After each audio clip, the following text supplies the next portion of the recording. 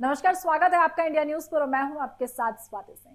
मध्य प्रदेश में विधानसभा चुनाव के लिए नामांकन प्रक्रिया शुरू हो चुकी है। एमएलए बनने की इच्छुक कैंडिडेट 30 अक्टूबर तक अपना पर्चा दाखिल कर सकते हैं।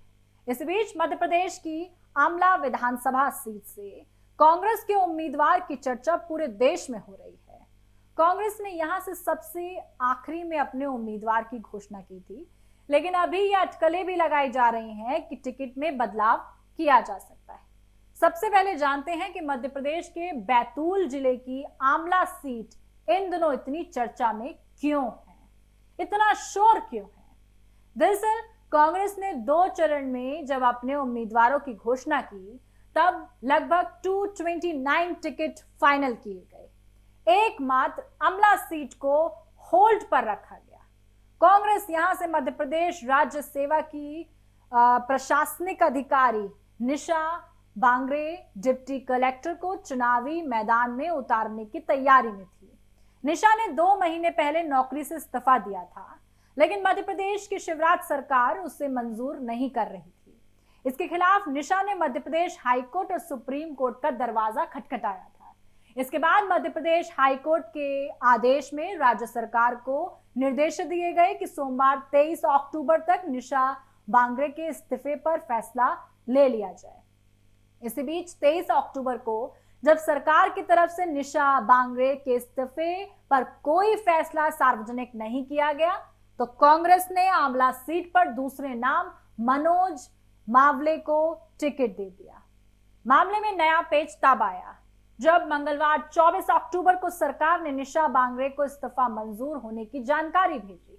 इसके बाद निशा बांगरे ने ऐलान किया कि मैं चुनाव लड़ूंगी, लेकिन यह नहीं कहा कि किस पार्टी से नामांकन दाखिल करेंगी। वह बुधवार, गुरुवार या शुक्रवार में किसी एक दिन अपना नामांकन दाखिल कर सकती हैं। निशा बांगरे ने मीडिया से बातचीत करते हुए कहा कि कांग्रेस ने आमला सीट मेरे लिए छोड़ने की बात कही थी, अब इस्तीफा मंजूर हो गया है तो उनसे उनका निर्णय पूछा है। उनका जो भी फैसला हो, मैं चुनाव लड़ूंगी और सत्ते पर चलने वालों की बाधा बनने वालों को जवाब दूंगी। कांग्रेस खेमे में ऊहापोह के बावजूद साफ तौर पर कहा जा रहा है कि निशा के पास विकल्प कम नहीं हुए हैं। कांग्रेस के अलावा वे चाहें तो बीएसपी, आप और समाजवादी पार्टी के टिकट पर चुनाव लड़ सकती हैं। इसके अलावा वे निर्दलीय भी चुनावी मैदान में उतर सकती हैं। कांग्रेस मीडिया प्रभारी के मिश्रा कहते हैं कि हमारी पार्टी इंतजार कर रही थी कि सरकार उनका इस्तीफा स्वीकार करे और वह हम उन्हें टिकट दें, लेकिन बीजेपी ने इसमें बहुत चालाकी से खेला है।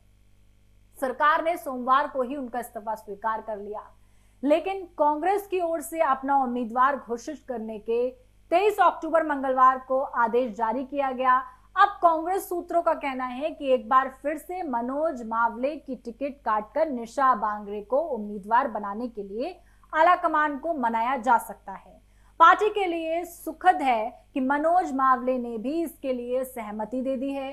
कहा जा रहा है कि आज मंगलवार की शाम तक कांग्रेस आलाकमान प्रदेश कांग्रेस कमेटी के साफ तौर पर निवेदन पर आमला सीट से में अपना उम्मीदवार बदलने का फैसला कर सकती है। हो सकता है कि ये मंगलवार को कहा जा रहा था, आज बुधवार को भी ऐसा हो सकता है कि कांग्रेस कोई फैसला ले ले और बीजेपी जिस तरीके से इस चाल को बदलती हुई नजर आई थी, कांग्रेस इस पर पलटवार कर दे।